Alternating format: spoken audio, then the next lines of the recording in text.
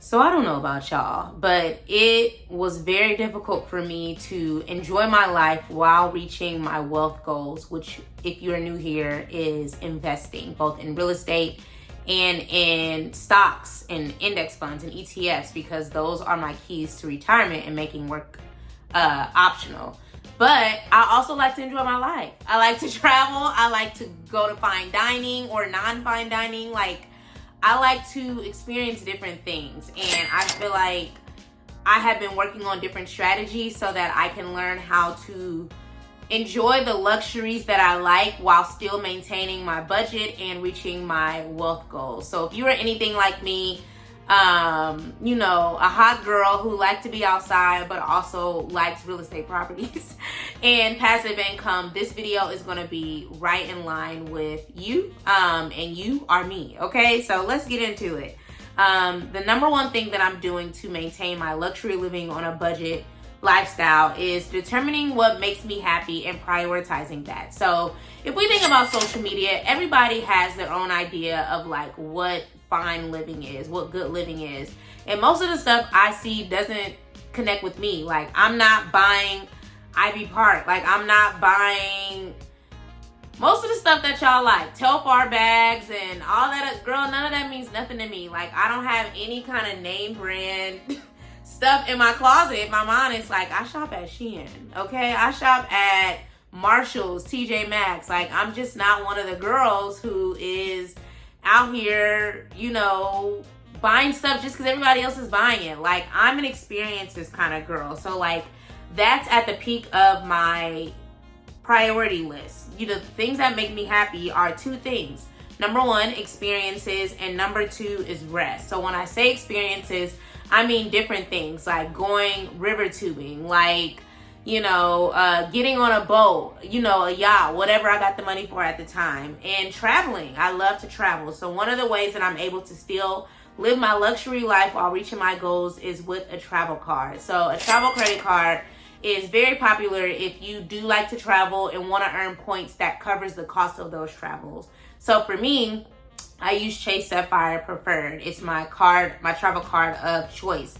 And I like it because the things that I can earn points on are actually reflective of the things that I'm already spending money on, which is groceries. I do online shopping. I cook the majority of what I eat at home, but I also like to rest on the weekend. So I may not cook on Saturday or on Friday, and I can always earn 3 times the points on whether I'm buying groceries or eating out. And that could be fast food or a fine dining establishment. Another thing that I spend a lot of money on is travel. Besides my bills and my investments, I spend a lot of money on travel. And when I book within Chase's portal, I earn 5 times the points on whatever the purchase is. So if the purchase was $200, I earn 10,000 points. Is that right? 10,000 points, because it's 5 times the amount of that $200 purchase. And if I do not purchase in the portal, then I earn 3 times the points. So I'm a Southwest girl as well. If I'm traveling domestically, for the most part, it's on Southwest because I get to earn points from them and I get to earn points with my Chase card. So 3 times the points, if we're thinking a $200 purchase, again, that's now $600 that I have access to. So just understanding where your loyalty lies and what you have an interest in can help you. So all those groceries that I'm buying because I gotta eat, is helping me to purchase a flight to Jamaica, for example. The flight that I have that I'm gonna be on for Jamaica is covered through points. And it was a no-brainer, because when do I say no to Jamaica? Rarely do I say no to Jamaica. I'm basically Jamaican child. So experiences is a huge area of interest to me, and I fund most of them through my travel card, which is funded through the everyday expenses that I have. I'm not a retail girl like that. I'm an online orderer. I order online, okay? A lot of stuff. So I don't need retail points. I don't need points for in-store shopping because that's not even reflective of my lifestyle.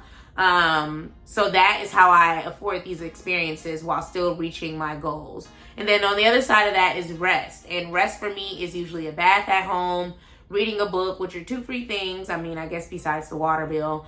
And I like spas. Like, I like relaxing things. So, like, I'm a big fan of Korean spas. My family and I are big fans of Korean spas. And the one Korean spa that I frequent in the city, I actually haven't been since my birthday last year. I might have to change that. But anyway, the one Korean spa that I really, really like often is on Groupon. So, like, the very first time I went there, I paid the regular price admission, which was on their site. And when I happened to find it on Groupon, all those other times, I was like, bruh, like, I could have went for half the cost. So, like, if you like spas and relaxing experiences, before you go out and book outright with the spa, even if it's at the Marriott or the W, you'd be shocked to see who's on Groupon, who's on Living Social. And even if it doesn't cover the service, it may cover the admission fee. And usually admission fees are for the Korean spas. There's usually not an admission fee for, like, you know, Burke Williams and stuff like that. But the key is to lower the amount that you're spending for this experience that you enjoy. We're not trying to take away your enjoyment. I'm not trying to take away your enjoyment. I'm just trying to teach you different ways to enjoy that on a lower price, okay? So don't sleep on Groupon. Don't sleep on Living Social. Like, if you like to do different things like I like to do, which is bike riding and river tubing, and like, I'm outside in a different kind of way. Like, y'all can have Sunday fun days and all this other stuff. That gets old. Like, don't call me for that. Call me when you want to go biking through the city. Call me when there's a festival in town. Like, that's what I like to spend my money on. It's worth it because it's like, that's a childlike joy. That's a childlike thing that I enjoy doing. So that is number 1, which is to determine what makes you happy and prioritize that from a money's perspective. Number 2 is to cut back on something you can do yourself. So a lot of y'all don't know, like, I do my hair 90% of the time. Like, I did my hair today, and isn't it cute? Like, get into it. I did some little twist, I put a little bead. You know, I did my nails. Like, I do gel nails in between my appointments, and I just realized, like, when I was spending money on getting people to do my hair, like, it was adding up. Like, I'm a braids girl, as you can see in most of my videos. And braids, baby, the girls are charging $300, $400, $500. And I'm like, for what? You don't even wash it. Like, I get it, braids take a long time, but, like, you're late. It requires a deposit. You don't wash it. You don't blow dry it. It has to come blow. Like, what are you here for? Are you even a cosmetologist? Like, that just don't sit well with my spirit. And after going to Ghana, I went to Ghana last year and paid $50 for booty length braids. And they were small. Like, they were neat. And I just can't bring it. I have yet to pay for braids since that experience, because I just feel like y'all are ripping us off because y'all be having these big parts, like ripping your edges out, like taking for, like, no. Like, for me, make it worth my while. And the few stylists that I've been to haven't made it worth my while. So, like, unless I'm getting knotless braids or something that I can't do myself, which is like, you know, getting my ends clips and stuff like that, like, I do my hair at home. I'll do my own braids. And when I say braids, I mean crochet. Like, this is crochet. It's crochet in the back. And then some little braids in the front.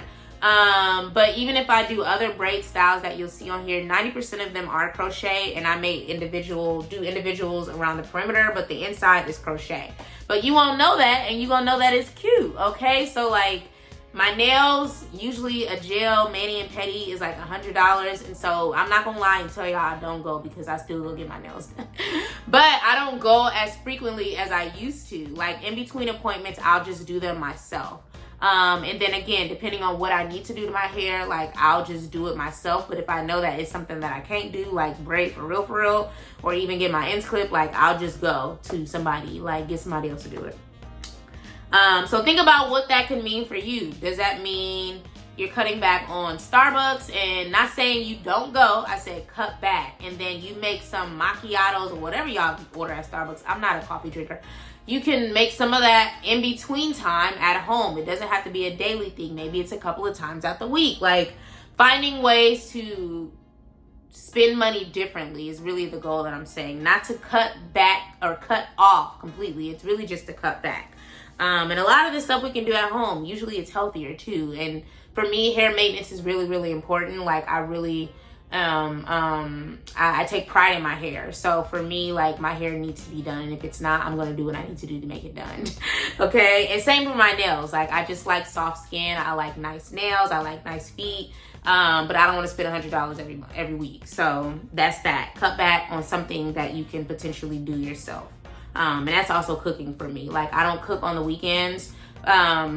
Well, sometimes I do, but most times I'm taking one day off, whether that's the Sunday or the Saturday. And I used to DoorDash every Saturday or every Sunday, and that started adding up. If y'all look at them fees on DoorDash, baby, they are racking in. So for me, again, I'm still gonna eat out, but I'm gonna get in my little handy dandy car and drive over there. Like, that's what my mouth is watering for this seafood that I'm about to have tomorrow. But yeah, I'm not gonna DoorDash it unless desperate times call for desperate measures. But usually ain't no desperate measures. And even if it is, I still may end up driving. Like, let me not even tell y'all the story, but depending on how I'm feeling, I might just need to DoorDash. So do what you need to do when you need to do it, but don't do it all the time is what I'm telling you. Number 3 is to create another stream of income. So I like passive income. I didn't always know what that meant, and I used to have 2 jobs. I used to work full-time, in my field, and I used to do consulting on the side, and I never really had time. I used to be tired. I had pretty good money, but it's like, what am I trading this for? Time away from my family, from my loved ones, from just resting. Like I told y'all, I like to rest. I like to enjoy my life, pure enjoyment, experiences, traveling. Like, all money ain't good money. And so, like, over these last couple of years, as you can see from my YouTube channel, please check out all of my videos on passive income. I realized that, like, I can create additional streams of income without trading my time for it. So if that's something you want to do, like, I use REITs, high yield savings accounts, index funds, ETFs. Like, I do offer an Ask Me Anything session, which is basically a 60-minute session where it's just you and I, and we talk about whatever your goals are. That can be paying off debt, that can be creating passive streams of income, that can be buying a house, whatever it is that you want to discuss over those 60 minutes, we can create a strategy to help you accomplish it so that you feel empowered to get started and work toward it. So the link to that is in my bio. It's in my description. And I love hearing your stories and the things that you have challenges with or your goals, because it gives me new ideas of what to discuss. So again, that is linked in the description. But like I said, my income, my passive income streams are REITs, which are real estate investment trusts. I have a ton of videos on that. High yield savings accounts, which are traditionally savings accounts. They're not even investments. Think of them as, traditional savings accounts that actually earn you more money. So if you look at your savings account statement right now, it's highly likely that you've only earned about 0.005% in interest, and that really equates to a couple of pennies, no matter how large your savings account is. But with high yield savings accounts, it has a higher yield. So the yield is usually like the yield for markets, which is what I use right now, it's 4.15%, but it's 5.15% because I have a referral code that gets me an extra 1% in interest. So if we're thinking about that 4.15%, if you have $1,000 in there and the annual percentage yield is 4.15%, then that means you're earning $41 every month on that balance. Now that's assuming that you don't take the money out. If you take it out, then you're not gonna get that. But imagine if you add more, if you add an extra $500 to total $1,500, then 4.15% of $1,500 is much more. So just understanding how it works is key, and I have a video on that as well. I'll try to maybe link it up on the screen here. So those are my streams. And again, if you want to create your own, if you need help getting started, use the Ask Me Anything link in my description, because I love talking about money. I love talking about investments and how we can get this money without trading our time for it. So yes.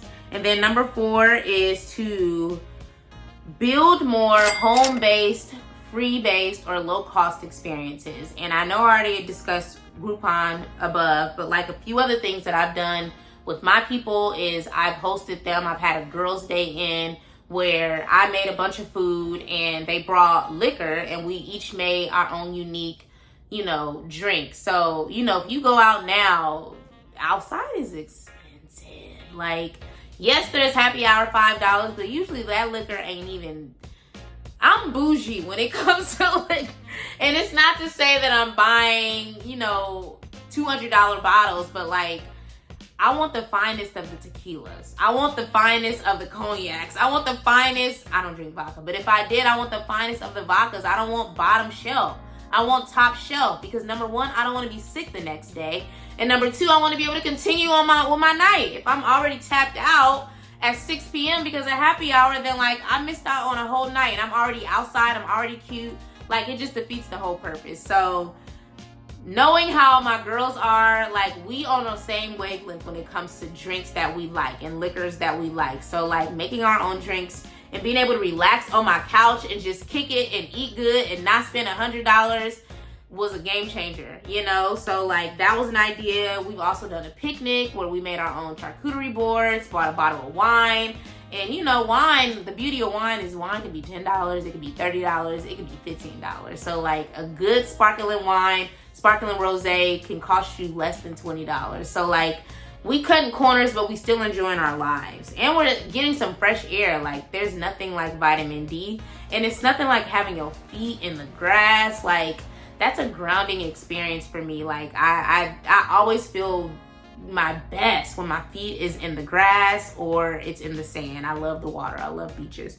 And even museums. So like I also like museums, and every Thursday one of the museums out here has free entry. But even if you don't do it on a Thursday, there's a lot of banks, like Bank of America offers like free museum Thursdays across the country. So you just need to look up what museums are in your area if you are a Bank of America customer and find out what days there are. So there's just so many ways to kind of cut corners and find ways to actually enjoy your life and have your luxury living, but adhere to your budget and your wealth goals. Like I always preach how I am retiring early, how I am making work optional, but it takes these small adjustments to actually make that happen. So I'm not going to be at home all day miserable. Like I'm going to still enjoy my life, but I'm going to make sure that I can make the adjustments so that that extra money that I would have spent at happy hour every week, I could put towards something else to help me get closer to my goal. So hopefully that helped you. But let me know if you have any questions or if you need any other suggestions. Again, the link to book my Ask Me Anything is in the description. And let me know what you do to actually build a luxury living while maintaining your budget and your wealth goals in the comments below. Like I'm always looking for new ideas. So thank you for watching, and I will see you on the next video.